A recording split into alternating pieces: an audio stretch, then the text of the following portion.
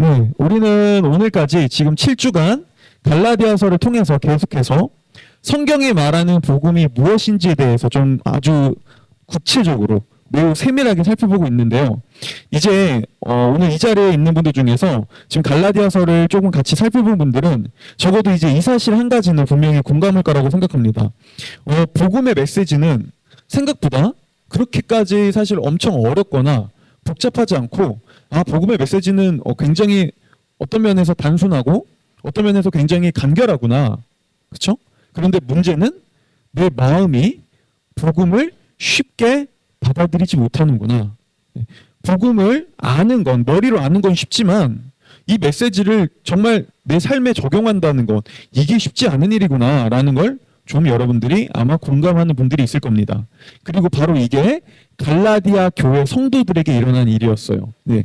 그리고 오늘날에도 이게 수많은 교회를 다니는 수많은 사람들에게 여전히 일어나는 일입니다. 오늘날에도 많은 사람들이요, 교회를 다니면서 정작 복음을 누리지 못합니다. 여러분, 복음은 한자어잖아요. 이거를 우리 한글말로 풀었으면 기쁜 소식이죠. 네. 많은 사람들이 교회를 다니면서 이 기쁨을 누리지 못해요. 그래서 표정이 이와 같아요. 기쁘지 않아요. 네. 다들 표정이 교회 다니면서 언제 끝날까? 오늘은 몇 분일까? 설교가. 오늘 고기 먹으러 간다는데 뭐 먹지? 그렇죠? 네. 여러분, 그리고 바로 이게 바울이 6장밖에 안 되는 갈라디아서에서 아주 치밀하고 아주 논쟁적으로 복음이라는 한 가지 주제만을 이렇게 디테일하고 자세하게 다룬 이유입니다. 네. 우리는 항상 복음을 끊임없이 살펴봐야 됩니다. 복음을 가지고 항상 우리의 내면을 돌아보고 복음으로 나 자신을 점검하며 복음으로 내가 지금 하고 있는 생각, 나의 계획, 나의 뜻, 나의 마음, 이 모든 것들을 복음을 기준으로 우리가 항상 평가하고 생각해보고 돌아봐야 된다고요. 네. 그리고 이때 성경은요, 우리로 하여금 나의 생각과 나의 마음과 나의 뜻을 우리가 분별하고 그것을 다시 한번 점검하게 해주는, 성경은 이 복음의 기준점, 이 진리의 기준이 돼요. 그래서 우리는 성경을 통해서요, 복음이 어떤 것인지, 복음이 무엇을 말하는 것인지를 잘 정리하고 더 알아가고요, 그걸 가지고 우리의 내면을 평가하고 우리 삶의 기준들을 맞추는 것이죠. 그리고 기도는 우리가 성경을 통해 정리한 복음을 가지고 하나님 앞에 1대1로 나가 하나님께 내 마음을 돌아보고 하나님 앞에 정직하게 나라는 사람을 점검하고 나를 돌아볼 수 있게 해주는 것. 네. 이게 기도입니다. 그래서 여러분, 부디 부탁드리는데 이 갈라디아서 설교를 듣는 것으로 끝내지 말고, 여러분, 갈라디아서 설교를 들은 이후에도 끊임없이 삶 속에서 나가 성경으로 도대체 하나님이 말하는 이 복음이 무엇인지를 계속해서 정리하고 알아가시고요. 그리고 기도 속에서 하나님께 나가 나 자신을 점검하세요. 내 마음을, 내 내면을 하나님 앞에 내 스스로를 항상 돌아보세요. 네. 그때 우리는 복음을 더 깊게 누리고 복음을 더 깊게 깨달아가고 진짜 기쁨이 무엇인지를 더 많이 알아가게 될 거예요. 네. 이처럼 복음을 살펴보는 일은요, 매우 중요합니다. 그리고 이게 여전히 난 복음 잘 알고 있는데요 라고 말하는 사람들에게도 여전히 우리가 복음을 계속해서 얘기하고 복음을 선포해야 되는 이유예요. 하지만 한편으로 갈라디아서는요, 이 6장이라는 내용 동안 복음이라는 한 가지 주제만을 다뤄요. 그래서 어떻게 보면은 계속 똑같은 이야기가 반복되고 계속 복음이라는 한 가지 이야기만을 살펴보다 보니 아주 이 복음이라는 한 가지 주제를 아주 세밀하게, 때로는 논쟁적으로 살펴보다 보니 좀 지치는 감도 있습니다. 그래서 우리는 갈라디아서를 지금 우리가 살펴보는 이 3장, 딱 절반이 3장이거든요. 이 3장까지만 살펴보고요. 그 다음에 잠깐 머리를 환기시킬 겸 다른 주제를 좀 보려고 해요. 특별히 갈라디아서 3장까지 끝나고 난 이후에는요, 좀 우리가 기독교인으로서 우리가 살아가는 이 세상의 문화를 좀 우리가 어떻게 바라보고 접해야 되는지, 예를 들면 기독교인으로서 우리가 이 술과 담배, 이런 기호식품들, 우리가 이거 어떻게 바라봐야 되는지, 기독교인으로서 오늘날 우리가 살아가는 사회 속의 이 동성애 문제, 이걸 어떻게 바라봐야 되는지, 기독교인으로서 우리가 성은 어떻게 돼야 되는지, 이런 기독교와 문화에 대해서 좀 살펴보고 이야기할 거고요. 그 기독교와 문화 시리즈가 끝나고 난 다음에는 이제 사랑하는 사람과 함께하는 예배를 좀 드리고 그 다음에 다시 갈라디아서 2월 후반부인 4장부터 6장을 좀 끝마치려고 합니다. 네. 자, 그러면 오늘 말씀으로 이제 들어가 볼게요. 네. 지금까지 오리엔테이션이었어요. 네. 여러분 지금 네.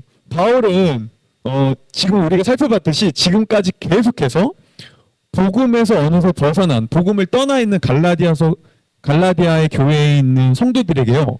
때로는 책망으로, 때로는 자신이 직접 겪은 자신의 경험으로, 때로는 아주 치밀한 논리적인 이 논술로, 또 때로는 그 당시에 유명했던 초대교회 베드로와 자신 사이에 있었던 실제 어떤 경험으로 복음을 아주 구체적으로 계속해서 여러 가지 방식으로 설명해 줍니다. 네. 그리고 이렇게 복음을 계속해서 여러 가지 방식으로 설명하던 바울이요. 막 복음을 설명하다가 그래도 답답한 거예요. 이거 언제까지 진짜 왜 이렇게 못 알아듣는 거야? 라고 하면서 3장 1절에서 이 바울이 그 답답함을 담아서 이렇게 얘기합니다. 어리석은 갈라디아서 사람들이여. 이 어리석은 사람들아. 야, 이 바보들아. 라고 얘기한다고요. 자, 여러분에게 이 말이 어떻게 들려요? 어쩌면 바울 이거 너무한 거 아니야? 바울 너무 직설적인 거 아니야? 바울 너무 무례한 거 아니야? 이렇게 생각할 수 있지만요. 여러분, 네, 한편으로 갈라디아서 성도들에게 바울은 지금 실망했고요. 때로는 약간 화도 나 있었어요.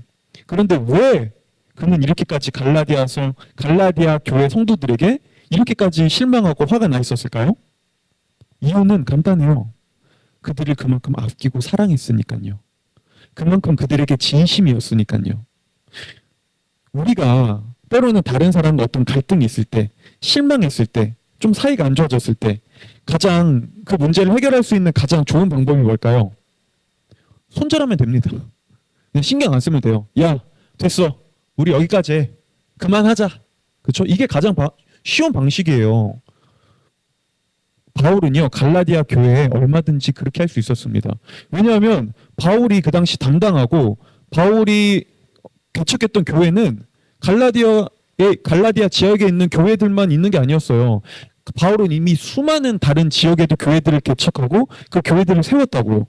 그 교회들과 함께 관계를 맺고 그 교회들만 관리하기에도 바울은 벅차요.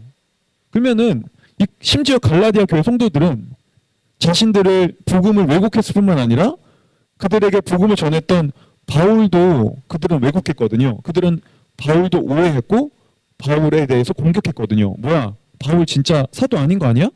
야, 이거 바울 잘못된 거 아니야? 이렇게 바울에 대해서도 공격했다고요. 아니, 인간적으로 여기에 대해서 바울이 상처가 있지 않겠어요? 자기의 마음을 다해서 정말 피와 땀을 흘려서 그들과 함께 했더니 돌아온 게 자신을 향한 공격이에요. 사람들이 막 곡해한다고요.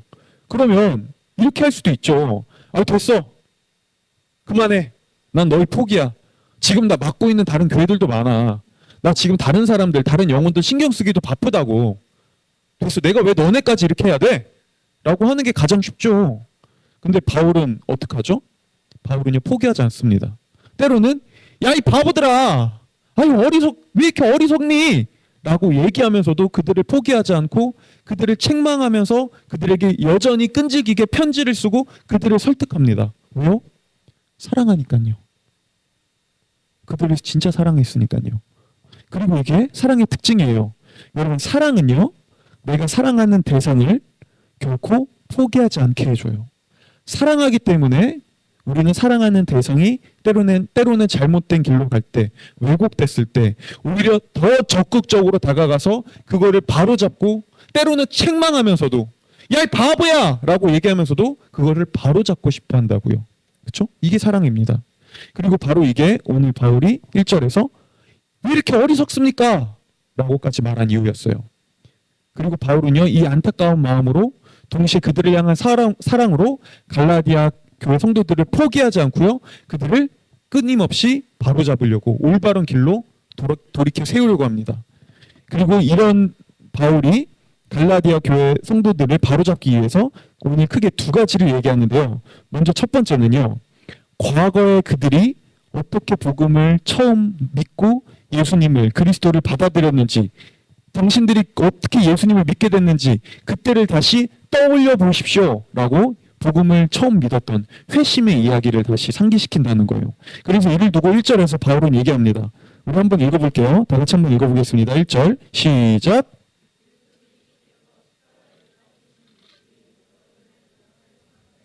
누가 여러분을 흘렸습니까? 우리는 보통 신앙생활 하다 보면 교회를 다니는 분들은 이런 경험 해봤을 거예요. 교회를 다니다가 우리 교회는 또 이런 경험을 한 분들이 좀 더 많죠. 교회를 다니다가 신앙이 옅어지는 거예요. 복음의 감격이 점점 흐려지는 거예요. 내가 예전에 하나님 믿고 예를 들어 뭐 수련회 갔을 때, 어떤 집회 갔을 때, 아니면 어떤 특정한 내 과거 기억 속의 어떤 예배 순간에 가슴이 뜨거워지고 막 하나님의 은혜를 깨달으며 눈물을 흘리고 감격했던 순간들이 있었는데, 시간이 지나면 그게 점점 멀어지는 거죠. 옅어지는 거예요. 그렇죠? 그때 우리 뭐라고 얘기하죠? 교회 안에서 흔히 이렇게 얘기합니다. 나 요새 은혜가 떨어졌어. 나 요새 은혜가 떨어졌어. 나 다시 은혜 받아야 해. 라고 얘기해요. 그리고 이때 사람들은 나 요새 은혜가 떨어졌어. 나 다시 은혜 받아야 돼. 라고 하면서 어떻게 하죠? 보통 이런 겁니다. 갑자기 성경 공부를 열심히 하려고 하거나, 아니면 나 지금 은혜가 떨어졌어. 은혜 받아야 돼. 나 이제 새벽 예배 드리려고 라고 새벽 예배를 갑자기 열심히 결단하며 참여하거나, 아니면 우리 뭔가 어떤 모임을 해보자 라고 어떤 모임을 하거나, 내가 어떤 신앙적인 어떤 집회를 찾아가거나, 아니면 찬양 집회를 찾아가거나 그런 활동들을 하죠. 그렇죠? 자, 물론 이런 거 필요합니다. 그런데 어느새 우리가 나 은혜가 떨어졌어. 나 은혜 받아야 돼. 그러니까 나 다시 성경 공부하고 집회 찾아다니고 나 뭔가 할 거야 라고 하는 순간 우리는 은혜를 이렇게 생각하고 있는 거예요. 다시 신앙을 회복하고 은혜의 감격을 되찾기 위해선 내가 뭔가 해야 돼. 내가 어떤 노력을 해야 돼. 내가 열심히 해야 돼. 그리고 여기서 우리는요, 사람들이 은혜를 이런 식으로 생각하고 있다는 걸 알 수 있습니다. 어느새 사람들은 은혜를 자동차 기름처럼, 연료처럼 여겨요.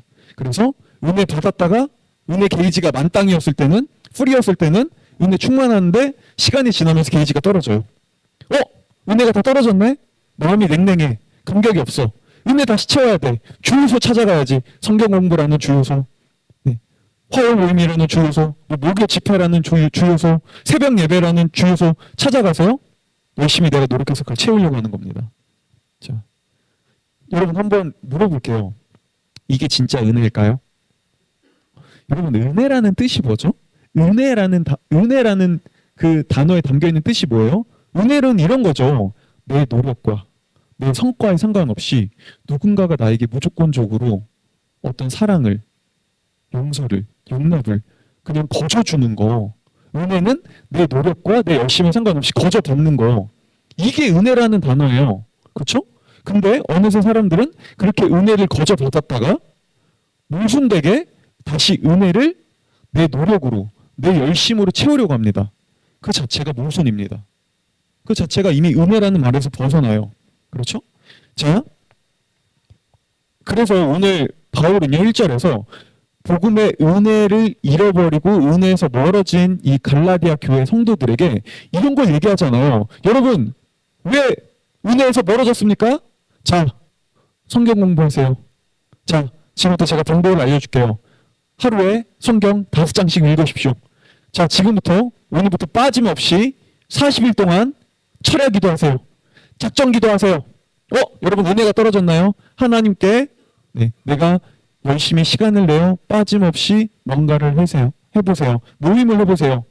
예배를 드려보세요. 이런 거 얘기하지 않는다고요. 어떤 행동을 얘기하지 않아요. 바울은요, 갈라디아서 교회 성도들에게 이렇게 얘기합니다. 여러분은 그리스도께서 십자가에 못 박히신 모습을 선명하게 보지 않았습니까? 라고 그들이 이전에 받았던, 처음 회심했을 때 은혜를 누렸었던 그때를 다시 기억하게 합니다. 떠올리게 합니다. 그런데 조금만 생각해 보면 이때 바울의 말이 이상하다는 걸 알 수 있어요. 갈라디아 교회 성도들이 언제 예수님의 십자가를 봤어요? 그들이 예수님의 십자가를 언제 목격했어요? 그들은 이스라엘에 살지도 않는데요. 심지어 이 당시 갈라디아의 지역에 있는 교회 성도들은 예수님이 십자가에 죽고 부활하고 난 이후에 십몇 년이 흐른 다음에 생겨난 교회예요. 그들은 예수님을 경험하고 본 적이 없다고요. 근데 언제 그들이 예수님의 십자가를 봤죠? 자, 이때 바울이 말한 예수님의 십자가가 눈앞에 선하지 않습니까? 라고 하는 말은요, 은유법입니다. 이 말은 이런 뜻이에요. 마치 여러분들이 예수님의 십자가를 눈앞에 일어나는 것처럼 생생하게 보았습니다. 생생하게 그 이야기를 여러분들이 내 눈앞에 그렸습니다라고요. 지금 뭘 보여주죠? 갈라디아 교회 성도들은요, 바울을 통해 처음 복음을 들었을 때, 복음의 예수님 이야기를 들었을 때 그거를 그냥 지적으로 아 그렇구나, 그런 일이 있었군요 라고 받아들인 게 아니라 그게 내 눈앞에 생생하게 펼쳐진 것처럼 파노라마처럼 생생하게 그려졌습니다. 그게 내 이야기로 들렸던 것이죠. 그리고요, 바로 이게 성경이 말하는 믿음입니다. 여러분, 성경이 말하는 믿음은 단순히 복음에 대해서 성경 이야기를, 예수님에 대한 여러 가지 이야기를 너 저 그 이야기 잘 알고 있어요. 저 그 이야기 들어봤어요. 저 모태신앙이거든요. 그럼요. 저 잘 알고 있어요. 이거 얘기하는 거잖아요. 라고 지식적으로 알고 그것을 말할 수 있는 것. 그게 믿음이 아닙니다. 성경이 말하는 믿음은요, 그 이야기가, 내가 알고 있는 그 이야기가 내 눈앞에 생생하게 펼쳐지기 시작하는 거예요. 예전에 제가 청년부 담당했을 때 그때 한 청년이 저에게 와서 이런 얘기 한 적이 있어요. 목사님, 저는 이순신 장군 얘기나 막 세종대왕 이야기나 어떤 그런 이야기들을 보면은 실화를 바탕으로 한 이야기들을 보면 막 가슴이 뭉클하고 정말 감격스럽고 정말 너무 감사하고 이순신 장군에게 너무 감사드리고 정말 그게 내 이야기 같은데 예수님 이야기는 안 그래요. 아니 저도 알아요. 예수님 이야기 먼저 알아요. 십자가에 못 박혀 죽었고 나를 위해 돌아가셨고 그 이야기 아는데, 근데 저는 사실 이순신 장군의 이야기처럼 세종대왕 이야기처럼 저는 그렇게 여겨지지 않아요 라고 얘기했었어요. 그때 저는 그 형제에게 이렇게 얘기해 주지 못했습니다. 그건 사실 네가 아직 진짜 예수님을 믿지 못한 거야. 넌 아직 회심하지 못한 걸 수 있어. 대신 내가 널 도와줄게 라고 얘기하지 못했어요. 왜냐하면 저도 그때 복음에 대해서 더 깊게 알지 못했거든요. 아직 저 정리가 되지 못했거든요. 그래서 사실 굉장히 애매모호하게 얘기해줬습니다. 그래? 근데 그럴 수도 있어. 근데 그것도 그렇다고 또 안 믿는다고 얘기하기는 또 그럴 수도 있어. 그것도 믿음 중에 하나야. 그냥 좀 더 잘 기도해보자. 저도 진짜 그 정도로 얘기했었다니까요. 저도 복음을 몰랐던 것이죠. 근데 반면에 몇 달 전에 이제 우리 교회 와서 최근에 회심한 다희 자매가 우리 지난 수요일 날 성장반 얘기했거든요. 근데 비슷한 얘기를 이렇게 얘기하더라고요. 예전까진 저에게 예수님의 이야기는 이소부화처럼 어떤 그냥 감동적인 우화처럼 그렇게 들려졌었는데 이제는 더 이상 그렇지 않아요. 이제는 예수님의 이야기가 정말 나를 위한 나의 이야기로 생생하게 들리고 그렇게 여겨져요 라고요. 여러분, 바로 이게 성경이 말하는 믿음입니다. 이전까진 머릿속으로만 맴돌던, 그냥 막연하게 들리던 나 알고 있어요 라고 들렸던 그 이야기가 진짜 생생하게 눈앞에 펼쳐진, 오늘로 치면 VR처럼 내 눈앞에 정말 생생하게 펼쳐진 나의 이야기로 들리기 시작하는 거예요. 네. 그리고 우리는 여기서 또 한 가지를 알 수 있습니다. 여러분, 복음에 이 예수님의 이야기, 메시지인 복음에 모든 은혜가 이미 담겨 있어요. 모든 은혜가 이미 복음을 통해 선포됐습니다. 내가 어떤 노력을 하고 내가 어떤 열심을 하고 내가 신앙생활 더 열심히 뭔가 행동한다고 해서 은혜가 더 많이 주어지고 새로운 은혜를 받는 게 아니라 이미 복음에 모든 은혜가 담겨 있고 우린 복음을 통해 모든 은혜를 받았습니다. 문제는 뭐죠? 우리가 그 복음을 잃어버린다는 거예요. 자꾸 망각한다는 거예요. 복음으로부터 멀어지고 복음을 잊어버린다는 겁니다. 네. 그렇다면 해결책은 하나죠. 뭐죠? 어떤 노력을 하는 거요? 다시 은혜를 채우기 위해 행동하는 거요? 아니요. 다시 복음을 기억하는 거요. 다시 복음을 생생하게 더 깊게 우리 내면에 받아들이는 거요. 내가 잃어버렸던, 내가 잊어버렸던 그 복음의 감격을 우리가 다시 한번 깨닫는 거예요. 하나님이 복음을 통해 나에게 어떤 은혜를 이미 주셨는지를 우리가 다시 계속해서 기억하고 그거를 다시 한번 정리해 보는 거예요. 여러분, 기도, 성경 읽기, 말씀 필사, 그 다음에 뭐 새벽 예배는 이런 복음을 알아가기 위한 수단이지 그 자체가 목적이 아닙니다.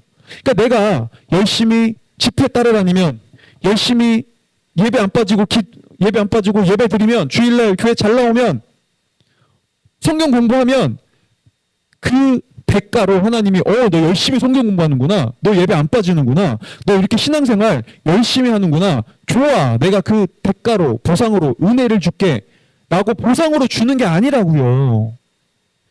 그건 목적이 아닙니다.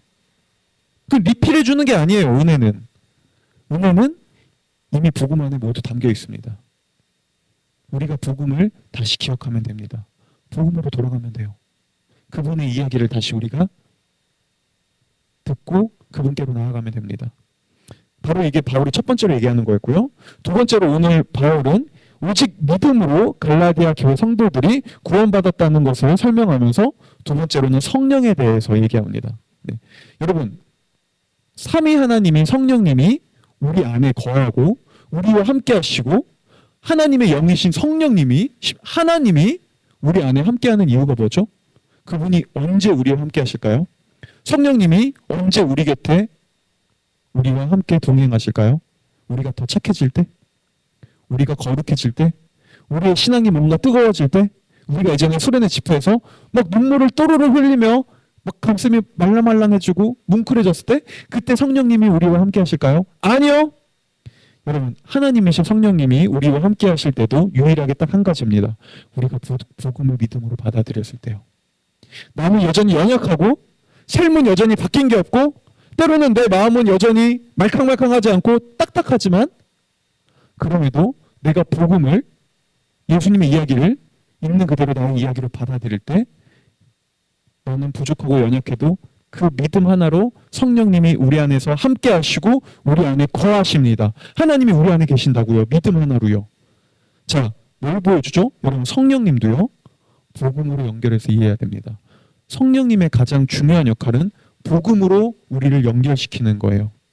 그런데 오늘날 한국 교회 안에 보면요. 아니면 한국 교회뿐만 아니라 성령님에 대해서 많은 사람들이 이렇게 오해합니다. 성령님은 뭔가 뜨겁고 열정적이고 어떤 은사를 주는 것, 복음과 상관없이 그냥 나에게 어떤 에너지 같은 것, 이렇게 이해한다고요. 이걸 우리가 알 수 있는 방법이 있어요. 여러분, 한번 성령 충만하다, 성령님이 나와 함께하고 있다 라고 할 때 나에게 어떤 이미지가 먼저 떠오르는지 보세요. 성령 충만하다. 내가 성령으로 뜨겁다라고 할 때 내가 복음을 더 깊게 깨달아가고 복음의 진리를 더 깊게 알아갔을 때 이게 성령 충만으로 그려지세요? 아니요. 대부분 이런 거 생각할걸요. 뭔가 방언이 터지고 뭔가 막 감정적으로 뜨거워지고 뭔가 막 내 몸이 뭔가 어떤 느낌 팍 오는 거. 그렇죠? 아니요. 여러분, 성령님은 절대 그게 성령님의 역할 중 하나지만 그게 중요한 역할은 아닙니다. 아무리 내가 경험한 게 생생해도, 내가 경험한 게 정말 눈에 보이는 환상으로 어떤 환상이 보였어도 여러분, 그게 복음에서 벗어나면 그 성령님이 준 거 아니에요. 그 성령님이 한 거 아니에요. 바울은 이미 갈라디아서 1장 8절에서 그걸 명확하게 한번 짚고 얘기했습니다. 1장 8절 우리가 한번 읽어볼게요. 한번 다 같이 읽어보겠습니다. 시작.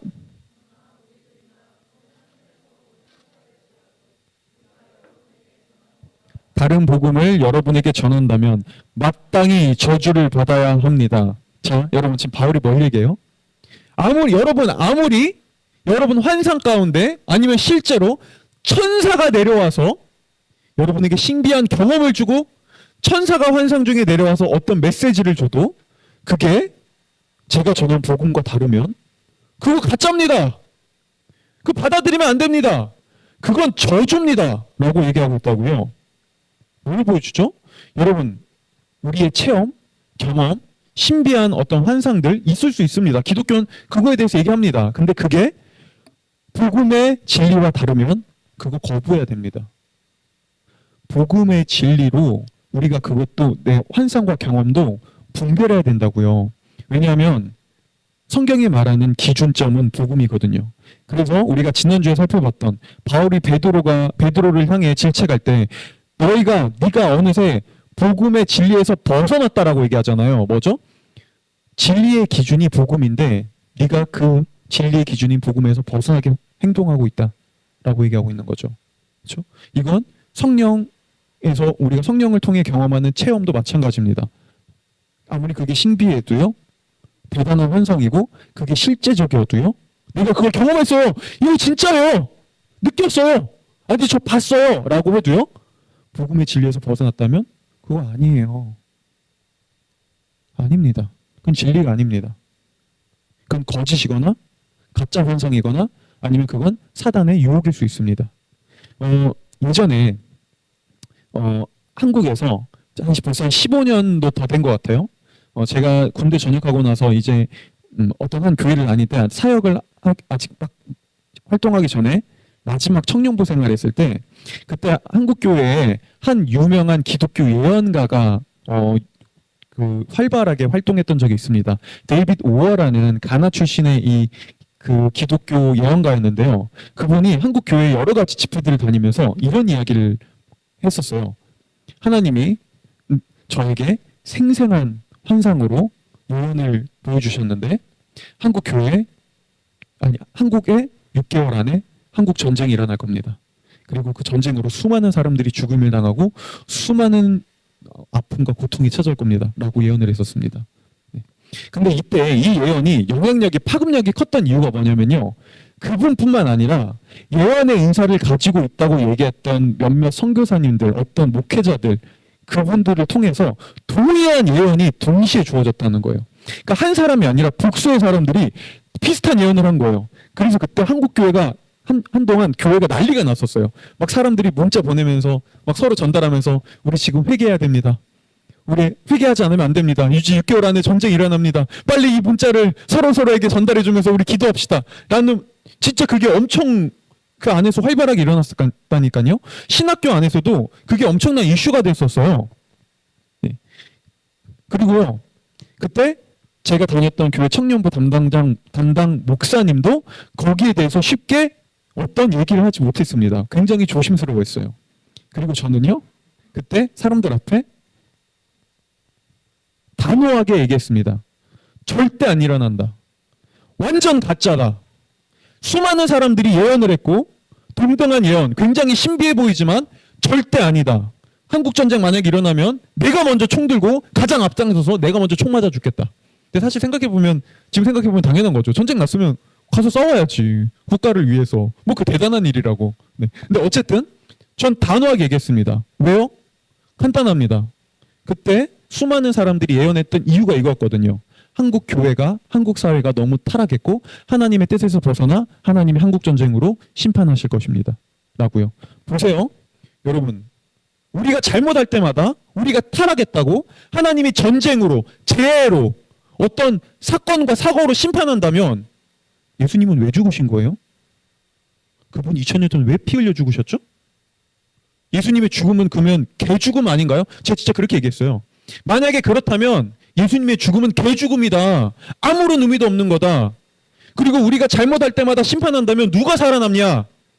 우리 다 죽어야 된다. 이미 다 죽었다. 그건 복음이 아니다. 절대 아니다. 절대 안 일어난다. 두고 봐라. 15년이 흘렀죠. 여전히 안 일어나고 있습니다. 근데 이때 이 간단한 진리를 그 누구도 쉽게 얘기하지 못했습니다. 수많은 사람들이 교회 안에서요, 조심스러워했어요. 왜냐하면 이렇게 생각했거든요. 그래도 성령님의 예언과 은사가 있는데 혹시라도 일어나면 뭐죠? 복음의 진리로 분별하지 못하는 거죠. 여전히 다른 복음을 받아들이고 있는 겁니다. 여러분, 아니요. 성령님의 역할은 우리에게 신비한 경험을, 신비한 환상을 보여주는 게 역할이 아닙니다.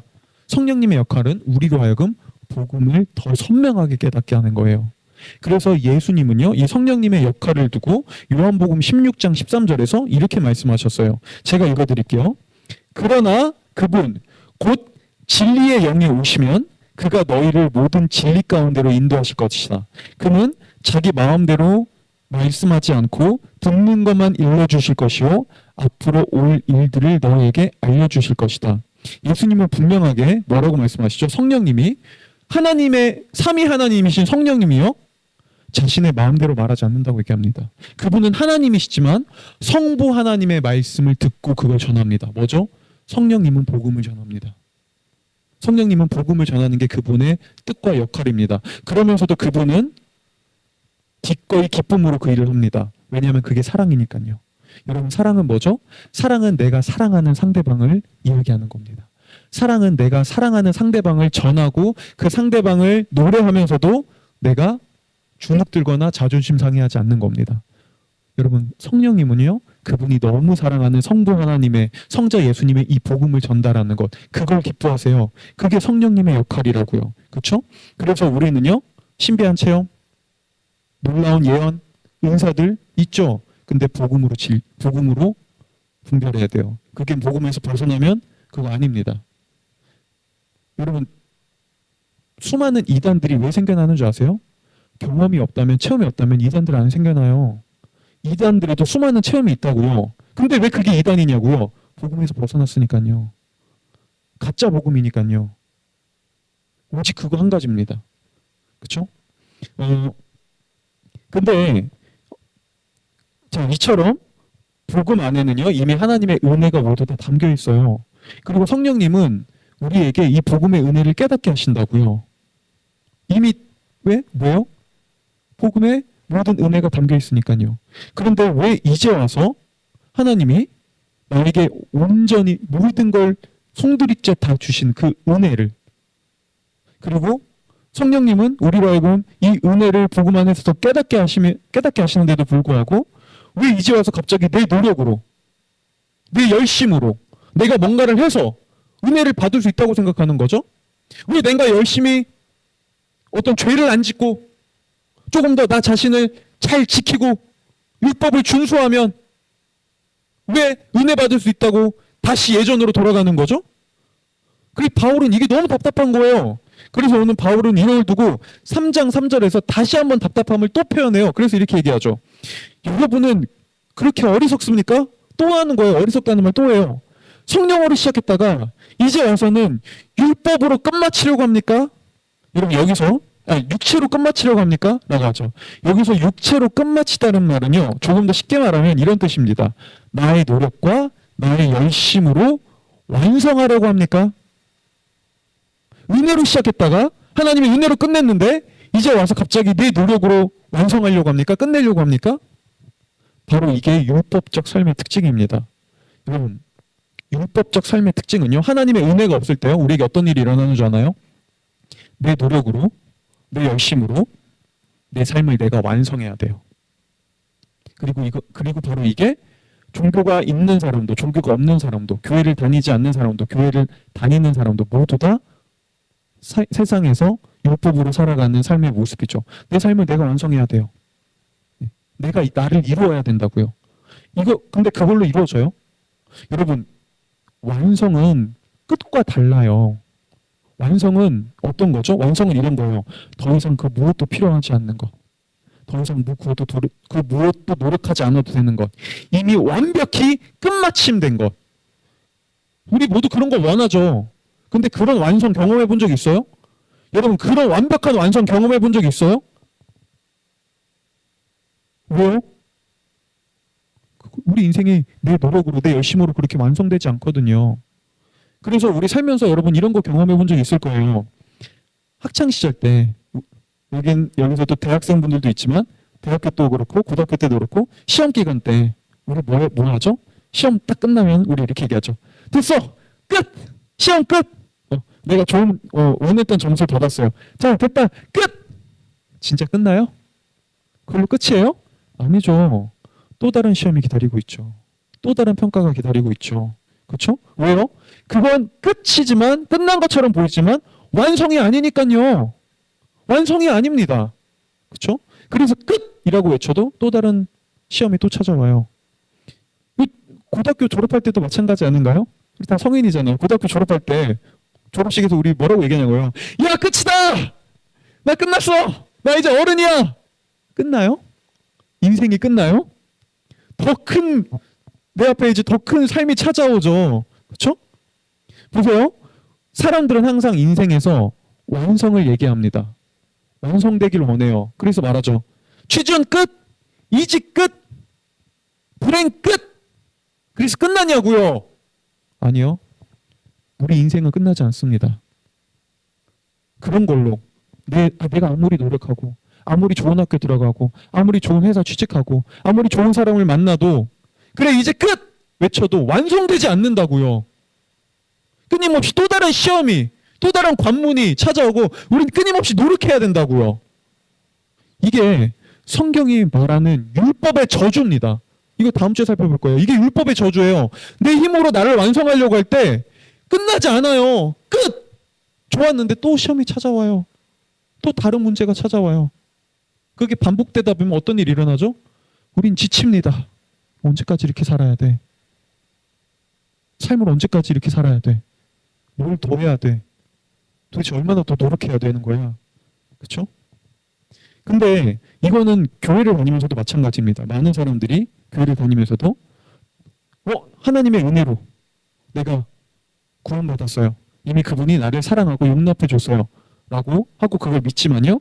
그 이후에 하나님을 믿고 난 이후에 이렇게 또 오해하기도 합니다. 그래, 믿음으로 난 그리스도인이 됐어. 하나님이 날 구원해 줬어. 이제 나 천국 갈 수 있어. 하지만 세상에서의 삶은 또 따로 있는 거야. 세상에서는 또 세상의 방식으로 또 거기에 맞춰 살아야지. 여기서 내가 또 성공하고 더 좋은 집 살고 내가 더 잘 살려면 여기선 내가 노력해야 돼. 내가 이것들을 이루어야 돼. 그렇죠? 아니면 이렇게 생각하기도 합니다. 그래, 나 이제 그리스도인이 됐어. 예수님이 하나님을 믿고 나 그리스도인이 됐어. 하지만 더 존경받는 그리스도인이 되려면, 사람들에게 더 좋은 그리스도인이 되려면 내가 노력해야 돼. 내가 나 자신을 더 착하게 살려고 하고 내가 이제 더 좋은 그리스도인이 되기 위해 내가 노력해야 돼. 자, 이거 뭘 말하는 거죠? 우리는 이렇게 얘기하고 있는 겁니다. 내 삶은 여전히 내가 완성해야 돼. 내 삶은 내가 끝마쳐야 돼. 내가 얼마나 열심히 노력하느냐에 내 삶의 완성이 달려있어라고요. 뭘 보여주나요? 여전히 믿지 못하고 있는 거죠. 하나님이 이미 모든 걸 은혜로 끝냈고 하나님이 앞으로 모든 걸 그분의 은혜로 완성하실 거라는 걸 여전히 믿지 못하고 있는 거죠. 자, 그래서 내 힘으로, 내 노력으로 나의 삶을 완성하려고 할 때 우리에게 어떤 일이 찾아올까요? 우리에게 어떤 감정이 들기 시작할까요? 이건 너무나 자연스러운 일이에요. 내 노력으로, 내 열심으로 나를 완성해야 돼요. 그러면요, 아무리 내가 노력해도 끝! 이라고 외쳐도 끝나지 않는 나의 삶에 점점 지치기 시작합니다. 점점 지쳐갑니다. 그리고요, 내가 나의 노력으로 나를 완성해야 돼요. 내 열심으로 끝내야 돼요. 근데 만약에 내가 제대로 하지 못하면요, 내 열심이 실패하면요, 내가 나의 삶을 완성시키지 못하면요, 그럼 어떡하지? 그럼 난 아무것도 이루지 못하고 나는 바보 같은 삶을 살지 않을까? 라는 불안함과 두려움에 시달립니다. 그렇죠? 그래서 수많은 사람들이 하나님을 믿으면서 성장하거나 잘하지 않고 메비우스의 띠처럼 제자리를 돌면서 항상 이렇게 얘기합니다. 그래, 하나님이 나 구원했어. 하나님이 날 이미 구원해 주셨어. 나 사랑받았어. 근데 그래도 세상에선 내가 열심히 노력해야 돼. 세상의 삶에서 내가 노력하는 건 또 다른 문제야. 여기선 내가 성공하기 위해선 내 열정에 달렸어. 그렇게 살아요. 잘 안 돼요. 그럼 뭐라고 하죠? 왜 난 이거밖에 안 되지? 왜 난 이렇게 사는 거야? 왜 난 이렇게 바보 같지? 라고 했다가 다시 또 교회 가서 은혜 받았을 때 또 뭔가 나 은혜가 지금 떨어졌구나. 리필해야 돼. 라고 어딘가 찾아가서 다시 뭔가 감정이 뜨거워졌을 때 그래, 역시 하나님이 날 구원했어. 난 역시 사랑받았어. 그래, 괜찮아. 다시 해보자. 라고 해서 또 살아가요. 그러다가 노력하다가 안 되면 왜 난 이거밖에 안 되지? 왜 난 이렇게 바보 같지? 뭐 저리. 그러다가 또 그래, 어디 가서 은혜 받아야지. 라고도 어딘가 찾아가요. 또 그래, 나 리필 받아요. 그러면 맞아. 하나님이 날 사랑했어. 그래, 다시 이제 열심히 내 힘으로 살아보자. 라고 하다가 또 안 돼요. 난 왜 이렇게 바보 같지? 이거 아니에요? 이렇게 계속 제자리를 돌아요. 그래, 괜찮아. 하나님이 날 사랑했어. 열심히 해보자. 왜 이렇게 난 바보 같지? 괜찮아. 난 사랑받았어. 다시 열심히. 왜 이렇게 바보 같지? 이거 아니냐고요. 여러분 보이세요? 하나님의 은혜로 구원받았는데 남은 내 삶의 완성을 육체로 내 열심으로 내가 완성하려고 할 때 우리는 그 어떤 변화도 그 어떤 성장도 경험하지 못합니다. 하지만 오늘 바울은 분명하게 얘기합니다. 아니 너희는 지금 너희는 이미 복음을 잃어버리고 있다. 잊어버리고 있다. 모든 건 이미 완성됐다. 모든 건 끝났다. 하나님이 이미 2000년 전 십자가를 통해 모든 걸 완성하셨고 완벽하게 이루어셨다. 노력으로 우리의 삶이 완성되는 게 아니다. 그분의 복음으로 은혜로 우리의 삶은 완성되는 것이다 라고 말하고 있었다고요. 자, 하지만 이 말을 듣고 우리는 이런 생각을 해볼 수 있습니다. 근데 그러면 예수님 믿으면 아무것도 노력 안 해도 돼요? 그러면 그냥 아무것도 안 하고 그냥 게으르게 그냥 막 살아도 그 어떤 열정과 열심도 할 것도 없이 그냥 내 시간에 내 몸을 맡기고 그냥 가만히 누워서 살아도 알아서 하나님이 다 해주는 거예요? 아니요. 여러분 이건 그런 말이 아닙니다. 성경이 말하는 거는요. 내가 노력의 동기가 어디서부터 시작되는지 무엇이 나를 노력하게 만드는지 그게 중요하다는 거예요. 자, 그래서 이걸 가지고요. 오늘 바울은 노력도 복음으로부터 시작돼야 된다고 말해요. 내가 나를 완성하려는 거기서 노력이 시작되는 게 아니라 하나님이 나를 완성했고 완성할 거라는 복음에서 노력도 시작해야 된다고 말합니다. 이걸 가지고 5절에서 바울은 이렇게 말합니다. 한번 우리가 읽어볼게요. 5절 한번 읽어보겠습니다. 시작!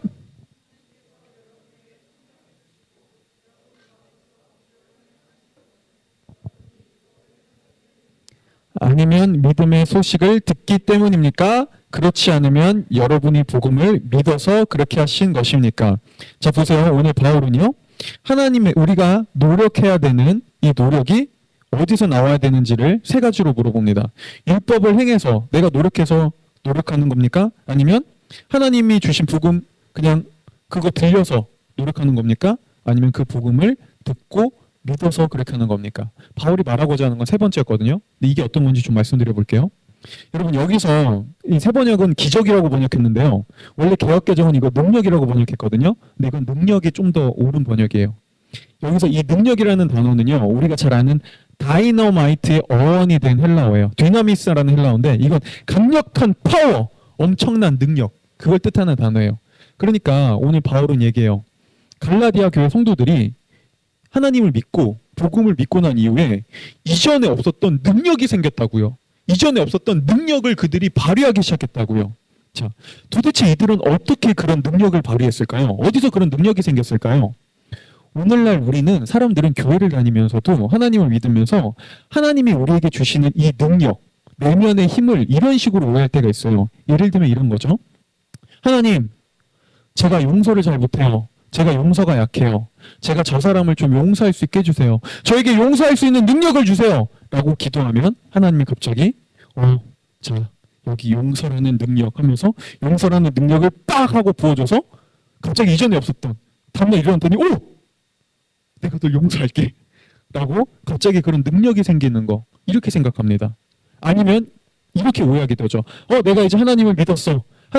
이제 하나님이 저에게 용서를 얘기했으니 제가 저 사람을 용서할 수 있도록 노력해 볼게요. 열심히 노력해 볼게요. 이제 하나님이 저에게 그런 능력으로 능력을 주실 거라고 믿고 노력하겠습니다. 라고 하면 갑자기 내가 내 힘과 노력으로 누군가를 용서할 수 있게 될 거라고 생각합니다.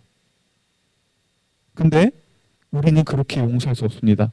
성경에 말하는 능력은 그렇게 생기는 게 아니에요.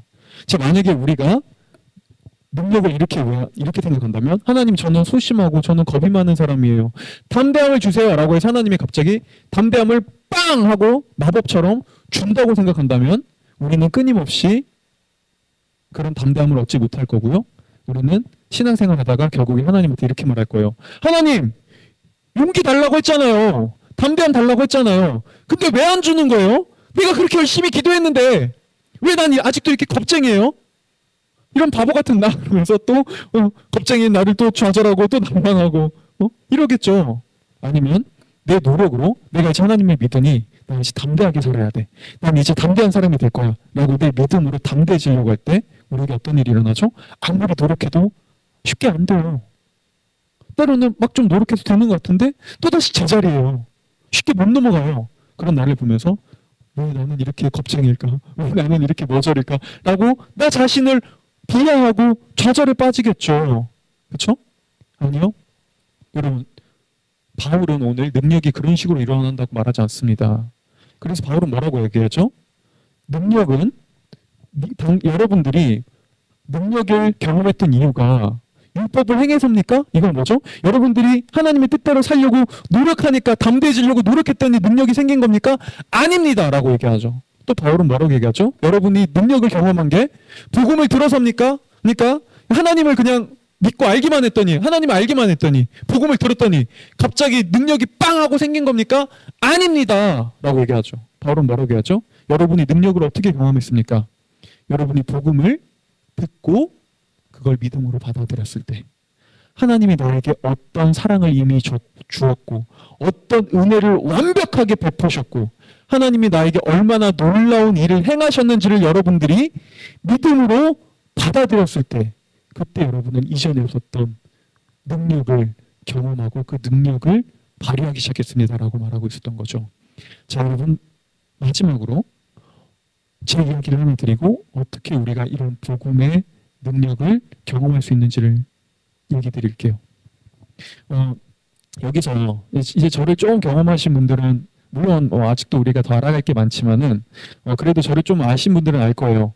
제가 그렇게까지 쉽게 막 이렇게 감정이 이렇게 동요되거나 쉽게 그렇게 막 감정 기복이 있거나 분노하는 사람이 아니라는 걸 여러분들이 좀 알 겁니다. 그렇죠? 그런데 여러분, 놀랍게도요, 불과 몇 년 전까지 저는 이런 사람이 아니었습니다. 저는 굉장히 감정 기복이 심하고 굉장히 우울질도 심하고 막 진짜 위아래로 엄청 감정적으로 솟구쳤다 내려갔다가 막 이런 사람이었어요. 지금과 정말 달랐습니다. 그런데 특별히 그래도 이제 제가 하나님 믿고 나서 나름 이 감정을 잘 누르려고 노력했었거든요. 근데 그 중에 하나가 뭐냐면 분노였어요. 저 되게 조제 욱이잖아요. 그래서 욱 잘했거든요. 오케이, 성공. 종이 너다 너무 자, 어쨌든 저 진짜 잘 욱했거든요. 근데 그래도 하나님 믿고 나서 막 나름 노력으로 참으려고 했습니다. 그래, 더 이상 이러면 안 돼. 나 하나님 믿잖아. 이러면 안 돼. 적당히 잘 참아왔어요. 근데 이상하게 인생에서 때때로 도저히 제 힘으로 찾을 수 없는 분노를 경험할 때가, 폭발적으로 막 제가 막을 수 없을 만큼 분노가 일어날 때가 있었습니다. 아주 종종이요. 간혹. 근데 왜 나에게 이런 분노가 일어나지? 때로는 왜 내가 이렇게 스스로를 컨트롤할 수 없을 만큼 이런 분노가 나오는 걸까? 라고 저 스스로를 돌아봤거든요. 그랬더니 제가 살면서 크게 이렇게 분노했던 어떤 지점들이 있더라고요. 바로 이때였어요. 누군가에게 내가 무시당했다고 느낄 때. 그때는 제가 이걸 못 참더라고요. 그러면서 제가 하나님 앞에 기도하면서 또 스스로를 점검해 봤습니다. 하나님, 제가 이상하게 무시받는다고 느낄 때 이거 참지 못합니다. 이 불일 듯한 분노가 일어납니다. 이거 왜 그런 거죠? 라고 기도하면서요, 과거의 한 사건이 떠오르더라고요. 제가 고2, 고3 넘어가는 지점에, 사실 그때 사춘기 가장 예민할 때, 그때 저희 집이 살면서 가장 최악이었거든요. 모든 것들이. 그때 이제 기생충에 나오는 그런 반지하 같은 지하에 저희가 살았어요. 그때 한밤중에, 아직도 기억나요. 한밤중에 갑자기 누군가가 막 집에 찾아와서 빵빵빵빵 하면서, 지하 집에. 그래서 부모님이 저랑 제 동생을 방에 들어가 있어라 라고 하고 방에 들어가 있었고요. 그때 이제 집에 빚쟁이들이 와서 막 난리를 치고 소란을 피우기 시작했습니다. 근데 그때 한 아주머니가 이렇게 얘기하더라고요. 너네 자식들 어딨어? 네 자식들도 이런 꼴 봐야 돼. 그래야 너네처럼 안 살지. 라고 하면서요, 저랑 제 동생이 있던 방 안으로 들어왔습니다. 그리고 제 손목을 잡고 너네도 나와라고. 너네도 이거 봐! 라면서 나왔었죠. 그때 제가 아줌마 밀치면서 가세요! 라고 하면서 아줌마 밀쳐버리고, 그 다음에 문 딱 걸어 잠그고, 저희 부모님도 막 그때 화를 내면서 이건 아니지 않느냐, 어떻게 이럴 수 있냐, 애들한테까지 막 그러면서 막 그랬던 광경이 있었습니다. 그리고 그날 저녁에 그 일이 끝나고 이제 아버님은 한 번 더 각서를 쓰고 언제까지 돈을 갚겠습니다 라고 각서를 쓰고요. 이제 빚쟁이들이 가고 바로 새벽에 일하러 나가셨죠. 그리고 그날 밤 저는 울분에 차 울면서 이렇게 기도했어요. 하나님, 난 무조건 부자 될 거예요. 난 무조건 돈 많이 벌어서 절대 앞으로 이런 모멸감, 이런 무시 난 절대 받지 않을 겁니다. 난 다시는 이런 일 없게 할 겁니다. 난 이렇게 안 살 겁니다. 라고 그때 분노에 차서 경험했던 분노에 차서 기도했던 그 기억이 떠오르더라고요.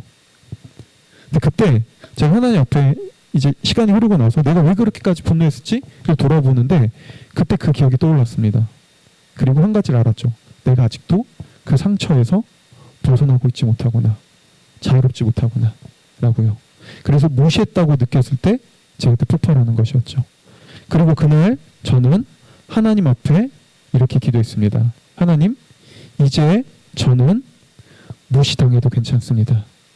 이제 저는 그 누가 나를 무시해도 자존심 상해하지 않을 수 있습니다.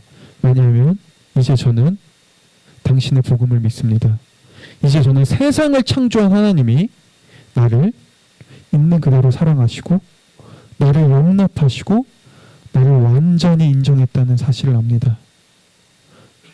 그 세상 모든 이들이 나를 무시해도 나는 온 우주의 창조자이신 하나님께 나는 인정받았습니다. 당신이 날 사랑하고 있습니다. 이제 나는 무시에 흔들리지 않을 수 있습니다. 이제 난 무시당해도 괜찮습니다. 나를 사랑하기 위해, 나를 인정하기 위해 나보다 더 큰 무시와 멸시와 천대를 받은 예수 그리스도의 십자가가 있기 때문입니다. 라고요. 그때 저는요, 분노에서 벗어나기 위해 노력하지 않았습니다. 분노에서 벗어날 힘을 달라고 기도하지도 않았습니다. 그때 저는 원래 기꺼이 무시받아도 이상할 게 없는 나를 위해 기꺼이 자신을 바치신, 자신의 모든 걸 내어주신 하나님의 복음을 기억했습니다. 그거를 더 나의 이야기로 드디어 깊게 받아들였습니다. 그리고 그 이후로 저는요, 지금까지 한 번도 분노하지 않았습니다. 무시당했다고 더 이상 예전처럼 그렇게 분노하지 않을 수 있었습니다. 노력해서요? 아니요. 마법처럼 하나님이 뿅하고 인내를 줘서요? 아니요. 복음이 저에게 능력이 됐거든요. 그 은혜가 저에게 엄청난 능력이 됐거든요. 여러분, 바로 이게 복음의 은혜가 능력으로 우리의 삶을 변화시키는 방식입니다. 노력으로 되는 게 아닙니다. 마법처럼 주어지는 게 아닙니다. 여러분, 복음을 기억하세요. 그분이 이미 우리에게 어떤 은혜를 완벽히 주셨는지, 나에게 무엇을 완성하셨는지를 기억하십시오. 끊임없이 그분의 복음을 마음 깊숙이 받아들이십시오. 여러분 안에도 저와 같은 이런 약점이 있는 분들이 있을 겁니다. 과거에 상처가 있는 분들이 있을 거예요. 여러분, 그걸 내가 이겨내려고 하는 게 아니라 복음으로 나가십시오. 여전히 죄에 넘어지고, 때로는 여전히 상처받고, 여전히 좌절하고, 여전히 누군가를 증오하고, 여전히 누군가를 용서하지 못하고 쉽게 분노하는 모습들이 있나요? 여러분, 그 모습 가지고 십자가 앞으로 나가십시오. 그리고 복음으로 나를 바라보세요. 그분이 이런 나를 위해 무엇을 이미 이루셨고 무엇을 완벽히 완성했는지를 바라보십시오. 그때 우리는 비로소 진짜 복음에서 주어지는 능력을 경험하고요. 그때 우리는 비로소 변화되기 시작할 겁니다. 바로 이게 복음으로 우리의 삶이 변화되는 유일한 방식입니다. 기도하겠습니다.